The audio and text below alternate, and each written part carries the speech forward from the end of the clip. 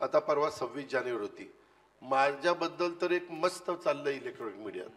मी जरा कार्यक्रम काही रद्द केले माझ्या काही पुढच्या ह्याच्यावर, अजित पवार नॉट रिचेबल. आता काय मी सारखंच त्यांना रिचेबल व्हायला पाहिजे का? मला घरात कोणी ठेवणार नाही सागर रिचेबल झालं तर. दुसरी गोष्ट, त्या दिवशी ते आमचे आपल्या राज्याचे मुख्यमंत्री चर्चा करत होते. मध्ये जे काही आरक्षणाचा मुद्दा उपस्थित झालेला होता त्यांच्याकडे त्यांनी भांगे सचिव आणि काही लोकांची टीम पाठवलेली होती आणि त्यांनी आम्हाला सांगितलं होतं की थोडंसं महत्त्वाची गोष्ट आहे आणि राज्याच्या दृष्टीने महत्त्वाचीच होती. त्याच्यामध्ये मुंबईमध्ये जर एवढा मोठा समाज आतमध्ये गेल्यानंतर मुंबईकरांना काही त्रास सहन करावा लागला असता. कोर्टाने सांगितलेलं असतं कायदा सुव्यवस्था ठेवण्याची जबाबदारी ही राज्य सरकारची आहे.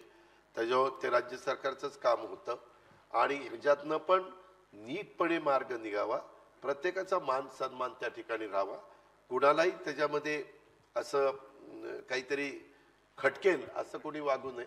म्हणून मग मी झेंडावंदन केलं, माझी एका संस्थेची जनरल बॉडी केली, नियामक मंडळ केलं, इतर एक कार्यक्रम केला आणि नंतरचे कार्यक्रम मी कळवलं की मला रद्द करावे लागतात. आणि म्हणजे सीएम साहेबांच्या संपर्कात मी आणि देवेंद्रजी आम्ही होतो.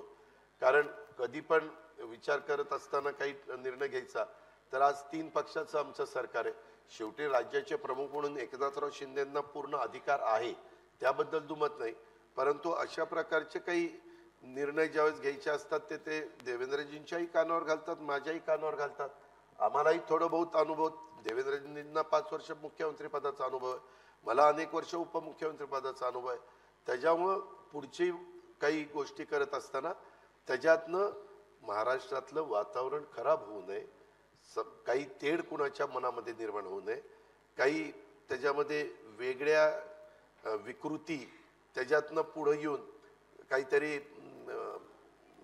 असं आंदोलन भरकटलं जाऊ नये, ही आमची भावना होती, बाकी काही नव्हतं. पण एकूण आता आपण महाराष्ट्रभरात सगळीकडे पाहिलं तर माणूस एकमेकाला जोडला जायच्या ऐवजी परत परत वेगवेगळ्या गटातटामध्ये विभागलेला जाताना दिसतो. म्हणजे मग तो जातीच्या नावाखाली, धर्माच्या नावाखाली हे विभागणं काय आहे? लोकांना का एकमेकापासून? कारण आपण नावं घेतो ज्या धुरीणांची, सगळे आपले जे पूर्वसुरी आणि ज्यांचे आपल्या डोक्यावर हात आहेत, म्हणजे डॉक्टर आंबेडकरांपासून ते.